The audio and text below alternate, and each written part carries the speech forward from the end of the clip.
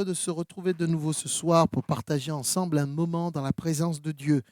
Allez, on va ouvrir la parole de Dieu dans Matthieu au chapitre 11. Je vous propose la lecture dans ce verset que vous connaissez bien. Et ce matin, tôt, je méditais sur ce texte dans ma tête et c'était tellement encourageant pour moi. Et je me suis dit, Seigneur, c'est une belle parole à partager avec l'Église ce soir ensemble. Matthieu chapitre 11, je lirai ici à partir du verset 28.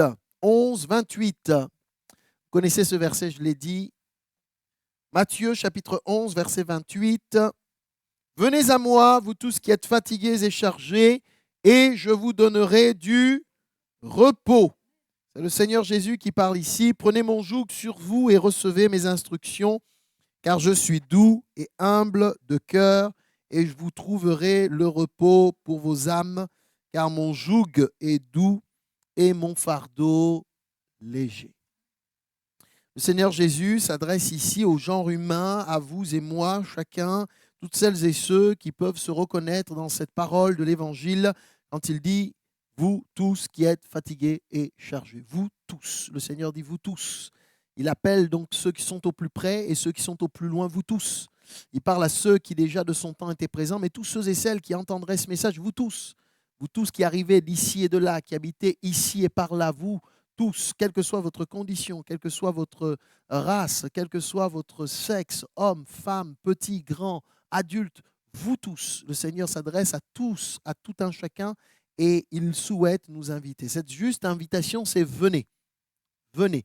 Il nous invite à venir. Il nous demande de ne pas rester dans la mort, de ne pas rester dans la torpeur, de ne pas rester dans notre grotte. Il nous invite à ne pas rester avec notre fardeau. Quand on porte un fardeau, vous voyez, quand les choses pèsent sur nos âmes, eh bien c'est compliqué. Le Seigneur dit, vous tous, venez, venez. Il invite ici à venir, venir à lui. C'est lui. C'est vers lui que nous venons et vers aucun autre que vers le Seigneur. Parce qu'en effet, il n'y a que lui qui soit capable de faire ce qui en découle du texte, venez à moi. Qu'est-ce qui t'empêche, mon frère, ma soeur, qu'est-ce qui t'empêche, cher ami, de venir à lui? Qu'est-ce qui te retient? Qu'est-ce qui te maintient captif et qui t'empêche de venir à lui? Quelque chose ou peut-être une relation, peut-être une chose qui te tient, peut-être un souci, peut-être une inquiétude. Il peut y avoir toutes sortes de choses qui nous empêchent de venir.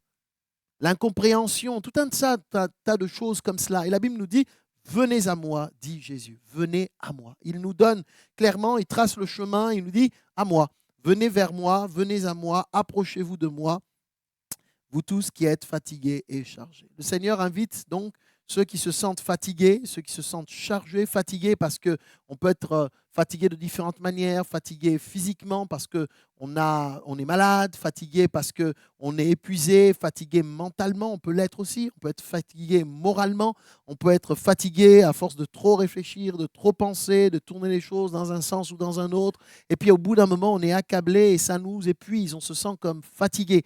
Et le Seigneur rajoute à cela ceux qui sont chargés. Parce que quand on a une fatigue comme celle-là, eh bien on est chargé. Aujourd'hui, il y a un terme qui est de plus en plus utilisé et qui, il y a longtemps, et ça fait un moment que c'était déjà un petit peu manifesté, mais les gens n'arrivaient pas à mettre de mots dessus. On parle de la charge mentale. La charge mentale, on peut être mentalement chargé. Ça ne se voit pas, mais on est chargé, accablé. On peut après avoir des conséquences sur le plan physique, avoir les yeux qui clignent, avoir le corps qui réagit, ainsi de suite, et des fatigues, des épuisements qui sont là et qui nous empêchent d'avenir. Et il y a une bonne nouvelle, Jésus dit, venez à moi. C'est l'évangile. Venez à moi. C'est-à-dire qu'il y a quelqu'un qui se préoccupe de nous. Il y a quelqu'un qui fait attention à nous dans notre situation de fatigue, d'épuisement, de charge qui pèse. Il y a quelqu'un qui s'intéresse à nous. Il y a quelqu'un qui nous dit, mais moi je te vois. Et il nous dit, viens, venez à moi. Ne reste pas là où tu es, viens à moi. Et cette invitation, c'est le Seigneur qui l'a faite. Et parce que le Seigneur est le même hier, aujourd'hui, éternellement, et qu'il n'a pas changé, ce qu'il a fait pour certains ici, il est capable aussi de le faire pour nous. Et donc, nous mettons notre foi en route de cette manière-là pour dire, oui, Seigneur, je veux venir. Et ce n'est pas toujours facile de venir. Finalement, le plus difficile, c'est ça. C'est d'arriver à venir.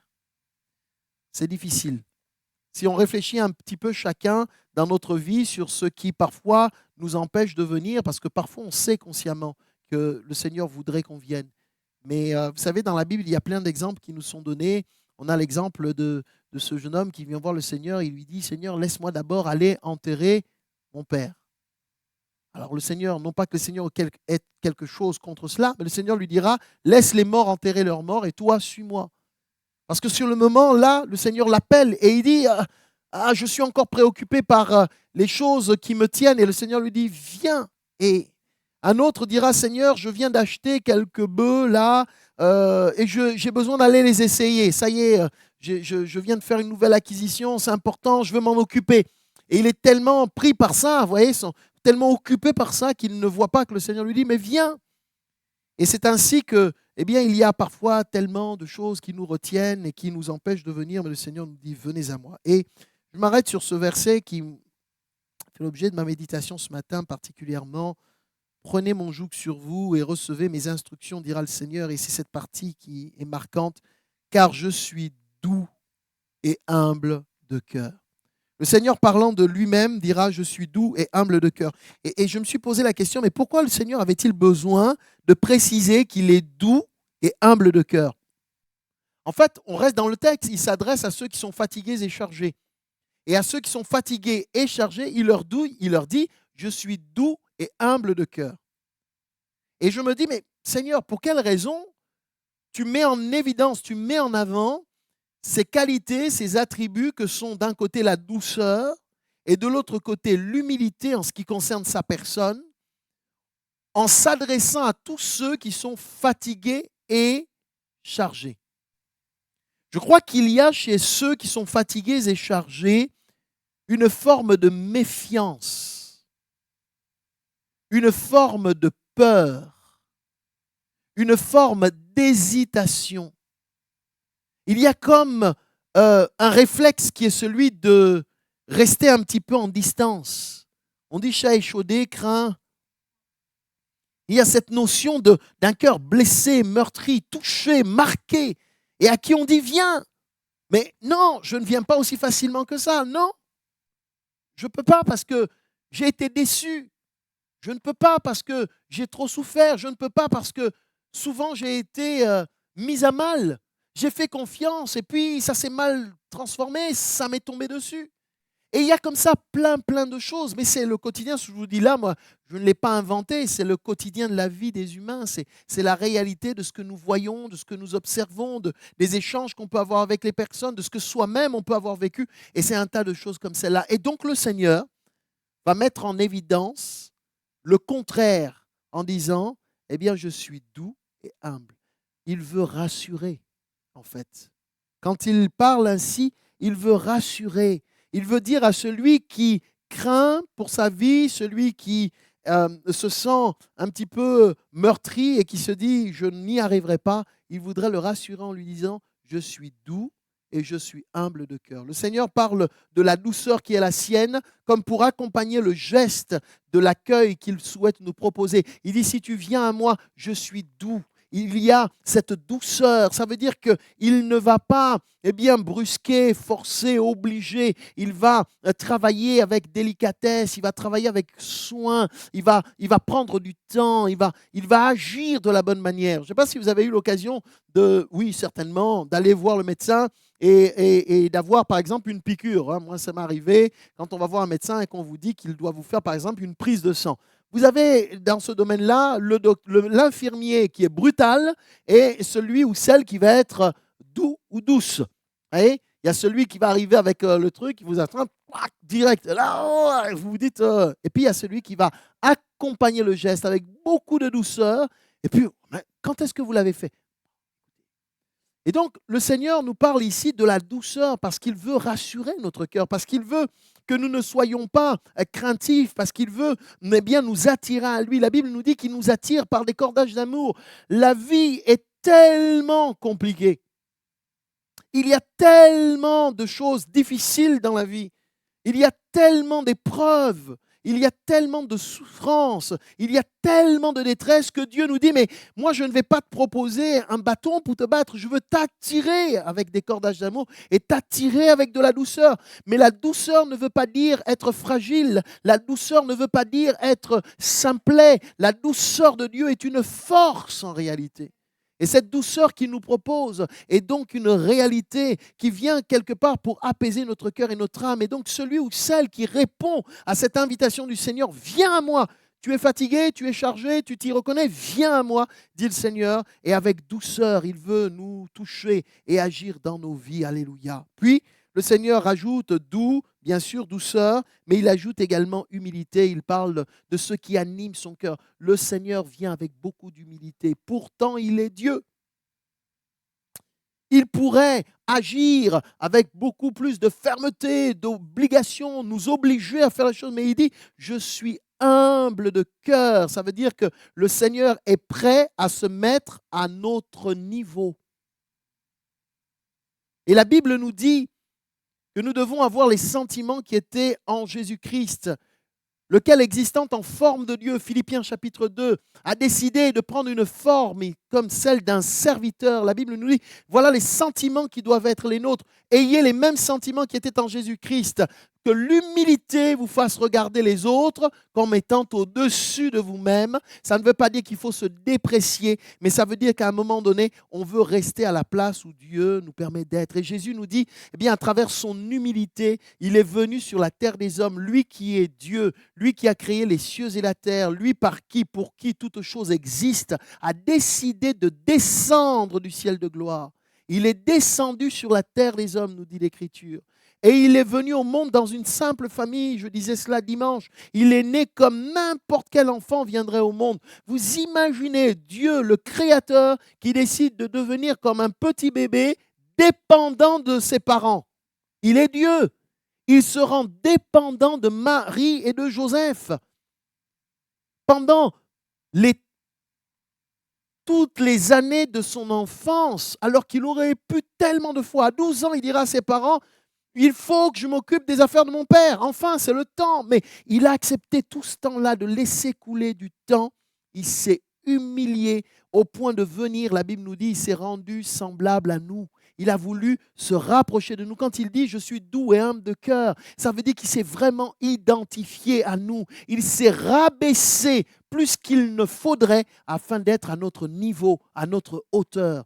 Et voyez-vous, la hauteur et la distance qui est celle de quitter le ciel pour venir sur terre, c'est cette distance qui était imposée à Jésus. Lui, le Dieu des cieux, a décidé de descendre jusqu'au plus bas sur la terre des humains et de devenir comme un simple homme. C'est pour ça que la Bible nous dit qu'il est devenu même comme un esclave, parce qu'en cela, il s'est enfermé dans un corps humain, alors qu'il était capable de voir tout ce qui se passait dans le monde entier, déjà à son époque, alors que Jésus savait exactement toutes choses. Il aurait pu se transporter à un endroit, mais il va se limiter dans un corps humain pendant ces 30 ans où il reste sur cette terre, 33 ans à peu près, où il reste sur cette terre. Tout cela pour que nous puissions réaliser qu'il s'est rapproché de chacun d'entre nous. Il va s'humilier au point d'avoir faim, alors que c'est lui qui a créé tout ce qui existe. Il n'a pas besoin ni de manger ni de boire, le Dieu des cieux, mais il va décider d'éprouver cette faim comme vous et moi. Il va aller plus loin, il va éprouver la fatigue,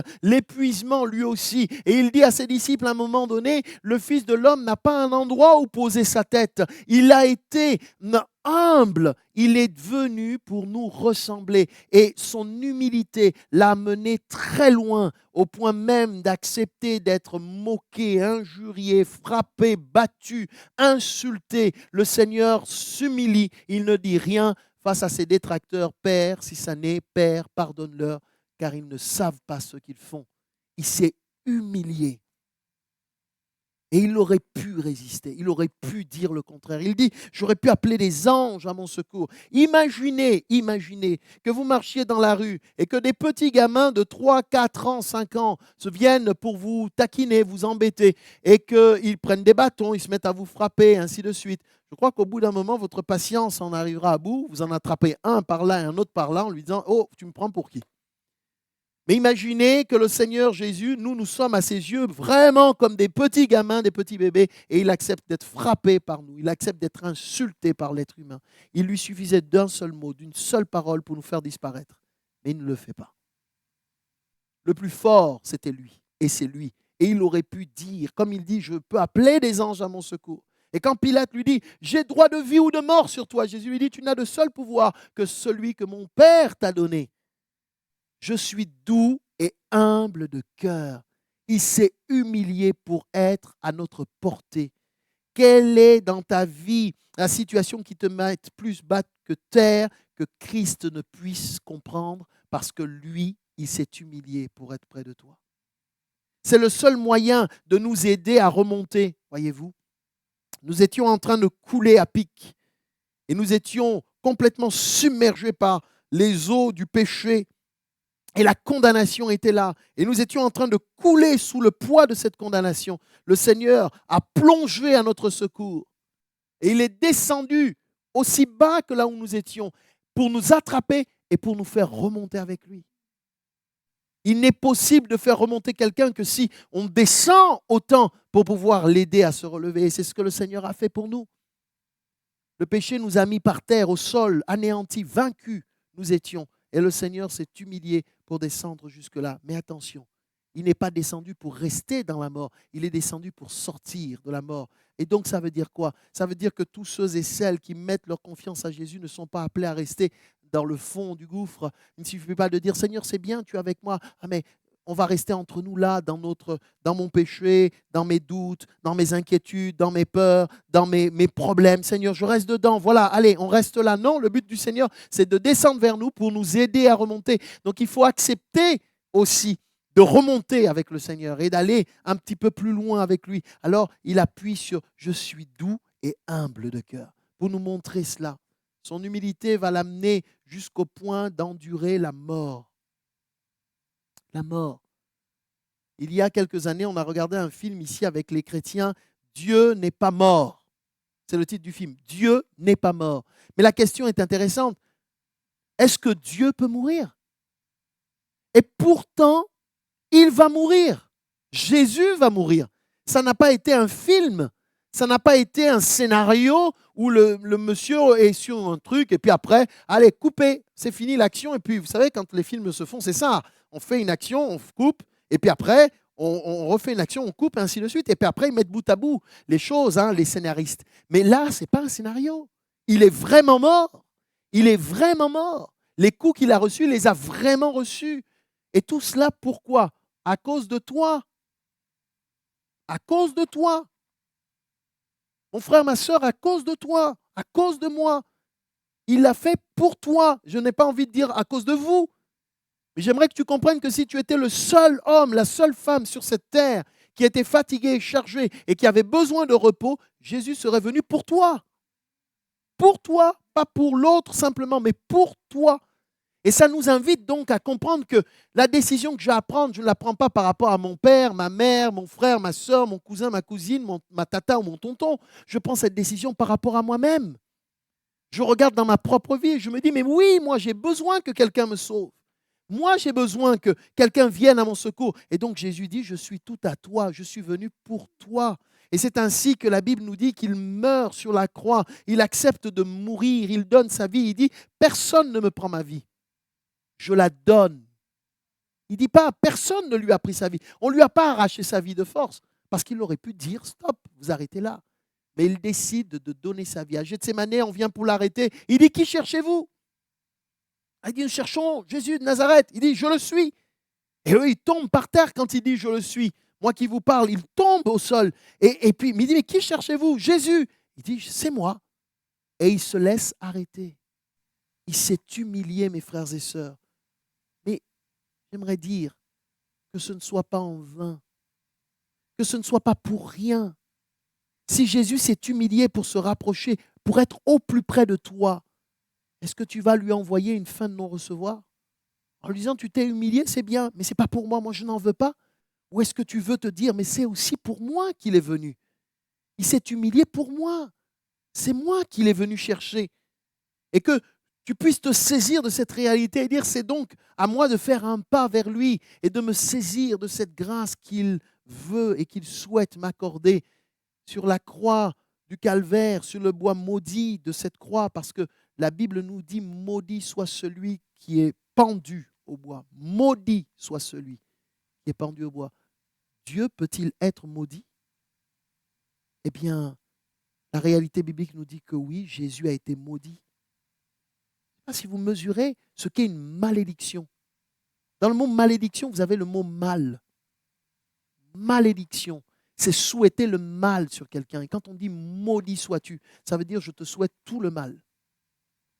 Et la Bible nous dit maudit soit celui qui meurt sur le bois, pendu au bois. Et Jésus meurt sur le bois, donc il est maudit. Il est maudit, mes frères et sœurs. Il est maudit à cause de nos péchés, à cause de nos iniquités. C'est ce que Ésaïe explique quand il dit le châtiment qui nous donne la paix est tombé sur lui. C'était mon châtiment. C'est moi qui aurais dû être châtié. C'est moi qui suis maudit. Et Jésus a dit non, je m'humilie, je vais être maudit pour toi. Et lui, il meurt sur la croix. J'ai envie de vous dire, qu'est-ce que Jésus n'a pas enduré qu'il ne puisse comprendre ta vie aujourd'hui? Qu'est-ce que Jésus n'a pas vécu au point qu'il soit incapable de comprendre ce que nous vivons? Il a tout vécu. D'être maudit ainsi sur le bois du calvaire. Il meurt donc. Il meurt parce que le salaire du péché, c'est la mort. Le salaire du péché, c'est la mort. Et donc Jésus meurt. Parce que ce n'est plus lui dans sa sainteté qui est pendu sur le bois. Ce que les uns et les autres ne voient pas, c'est que sur le bois de la croix, Jésus porte le péché de l'ensemble de l'humanité. Il y a aujourd'hui des milliards d'hommes et de femmes sur cette terre, mais si on devait compter depuis le début, depuis la création jusqu'à ce jour, je crois qu'on n'aurait pas fini de compter. Et donc Jésus prend le péché de toute l'humanité. Vous imaginez, on parle de milliards de personnes actuellement, mais comptez depuis le départ. On va atteindre des billions par là, et plus encore, à l'infini, puisque après nous, il y aura encore des hommes et des femmes si le Seigneur ne revient pas. Donc, le Seigneur se charge du péché de l'ensemble de l'humanité. Il porte ça sur lui. Ça ne se voit pas, mais il porte toutes les condamnations sur lui. Tous les péchés, toutes les maladies, toutes les malédictions, tout le mal de l'être humain, depuis le début jusqu'à la fin des temps. Jésus a tout porté sur lui en un instant. Alors, vous comprenez que quand il est sur la croix, eh bien, le salaire du péché vient par l'atteindre, c'est la mort. Donc, il meurt. Mais il meurt pour extirper ce péché qui nous tenait, cet esclavage qui nous retenait. Jésus meurt comme pour dire, il faut que j'emporte tout ce lot. Dans l'Ancien Testament, il y avait ce qu'on appelle, vous connaissez l'expression, le bouc émissaire? C'est une expression biblique. Le bouc émissaire dans l'Ancien Testament, c'était justement un bouc sur lequel le souverain sacrificateur venait imposer ses mains. Le jour du grand pardon, il imposait ses mains sur le bouc. Et qu'est-ce qu'il faisait? Il transférait le péché de tout le peuple d'Israël, il le transférait symboliquement sur ce bouc. Et que faisait-on? On chassait le bouc dans le désert. Et on l'envoyait pour aller mourir dans le désert. Pas d'eau, pas de nourriture, puisqu'il a été éduqué, élevé par ses maîtres. Et là, on l'a envoyé dans le désert. Et ce bouc partait dans le désert et il mourait. Et symboliquement, ce qu'on disait à Israël, ton péché qui a été mis sur ce bouc, eh bien, regarde, on l'a chassé dans le désert. Ton péché est ôté. Eh bien, Jésus a été le bouc émissaire. Il a pris sur lui nos péchés, nos iniquités, tout ce qui nous tenait dans notre passé, tout ce qui nous tend dans notre présent et tout ce qui nous tiendra dans le futur. Le Seigneur a pris tout ça sur lui et il l'a tout enfui dans la mort. Il est entré dans la mort avec ses péchés, comme pour dire c'est terminé. J'enlève tout cela. Je traîne toutes les chaînes de la servitude. Je traîne toutes les boulets qu'il y avait, toutes les emprises qu'il y avait, toutes les dépendances qu'il y avait. Tout cela, le Seigneur le tire avec lui. Il entre avec cela dans la mort. 3 jours plus tard, il ressuscite. Parce que la mort ne peut pas le retenir. Lui, il est juste.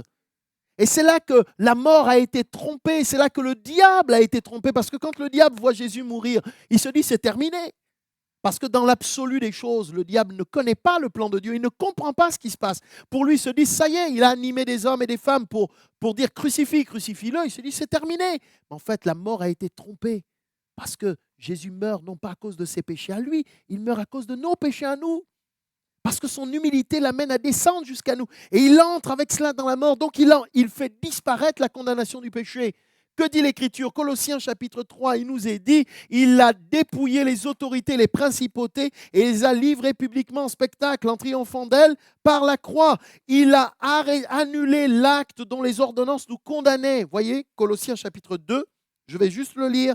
Colossiens chapitre 2, ici, on va lire au verset...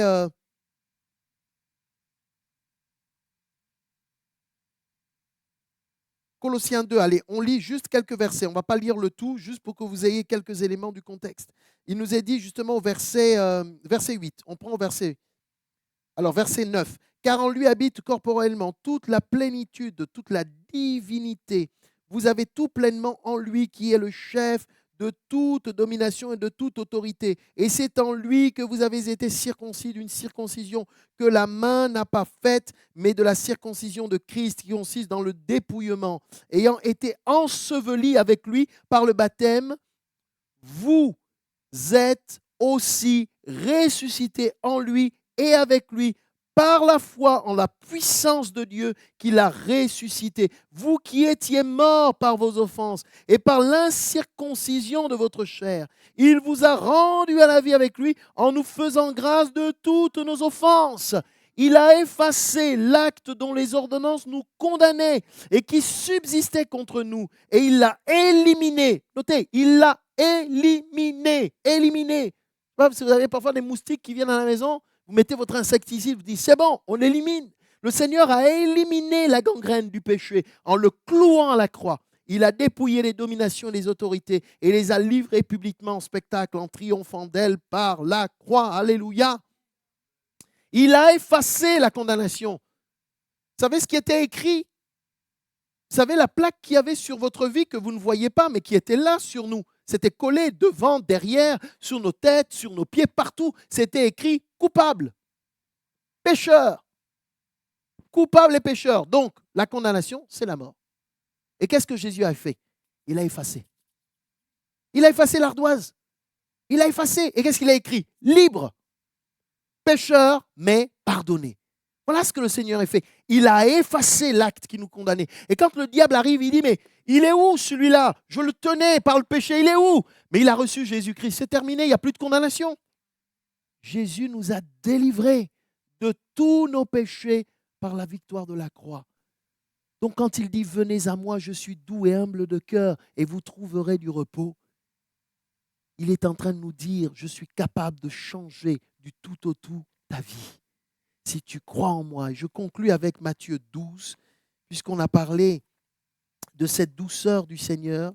Je lis Matthieu 12, de cette humilité, de cette douceur qui est la sienne.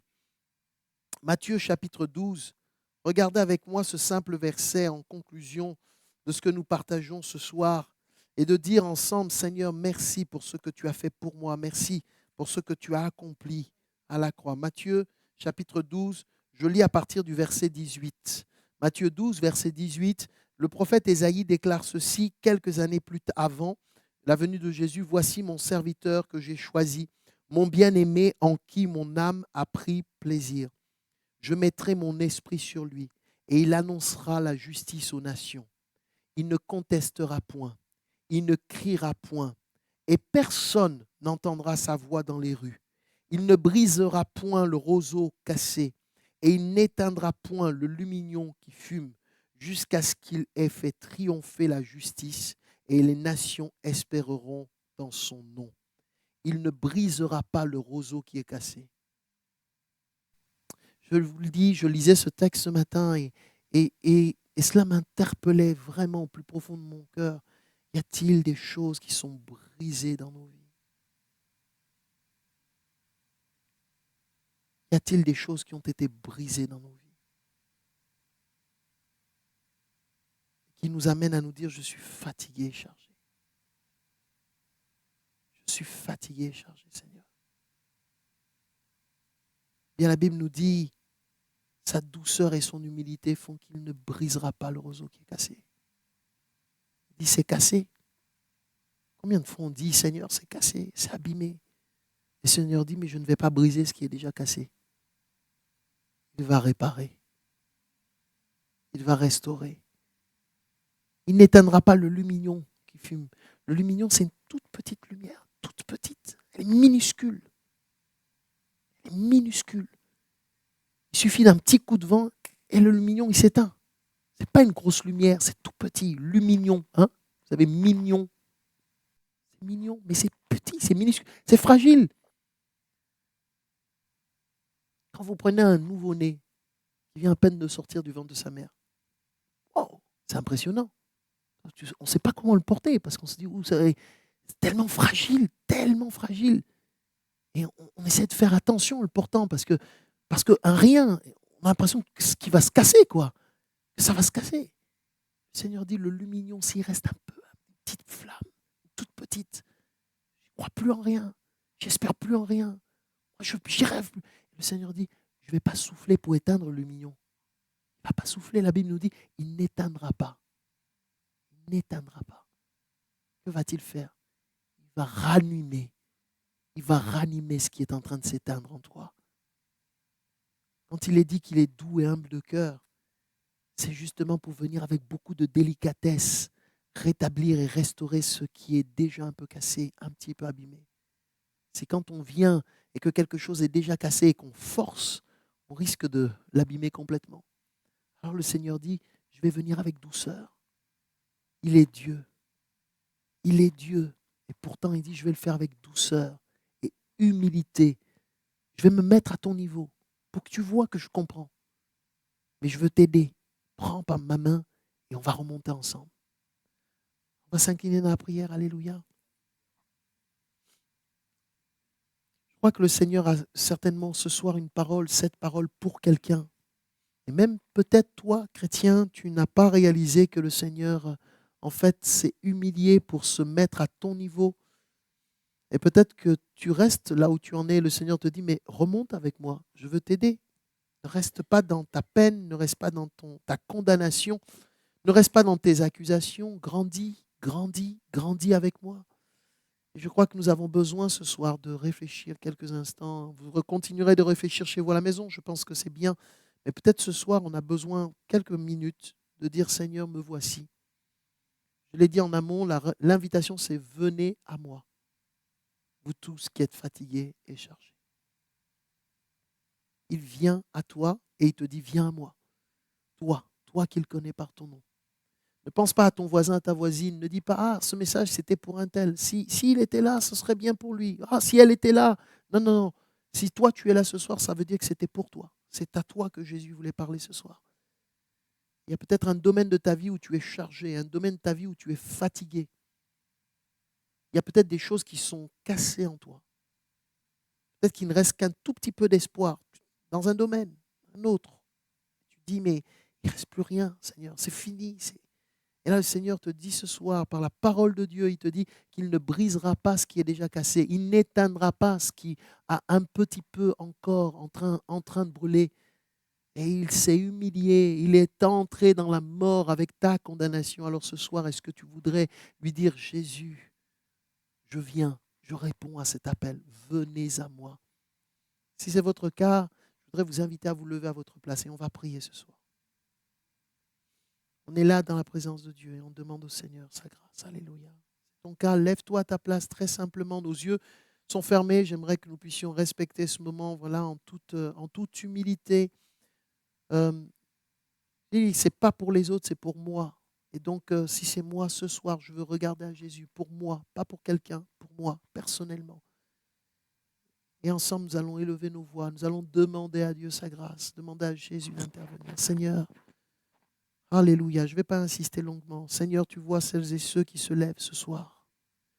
Tu connais, Seigneur Dieu, la situation qui correspond à leur pas de foi ce soir. Et je veux te prier, Seigneur, dans ce moment, dans cet instant, de les toucher au nom de Jésus. Seigneur, viens déposer dans leur cœur, à travers ce que nous avons partagé, dépose et ancre profondément en eux cette parole, Seigneur, qu'ils ont reçue. Tu es venu pour eux, pour elles. Seigneur, tu es venu jusqu'à eux, jusqu'à elles. Tu es venu, Seigneur, pour pouvoir les relever. Tu t'es humilié, non seulement pour descendre au niveau de tout un chacun, mais nous faire remonter avec toi, Seigneur. La force qui nous manque, c'est toi qui l'as.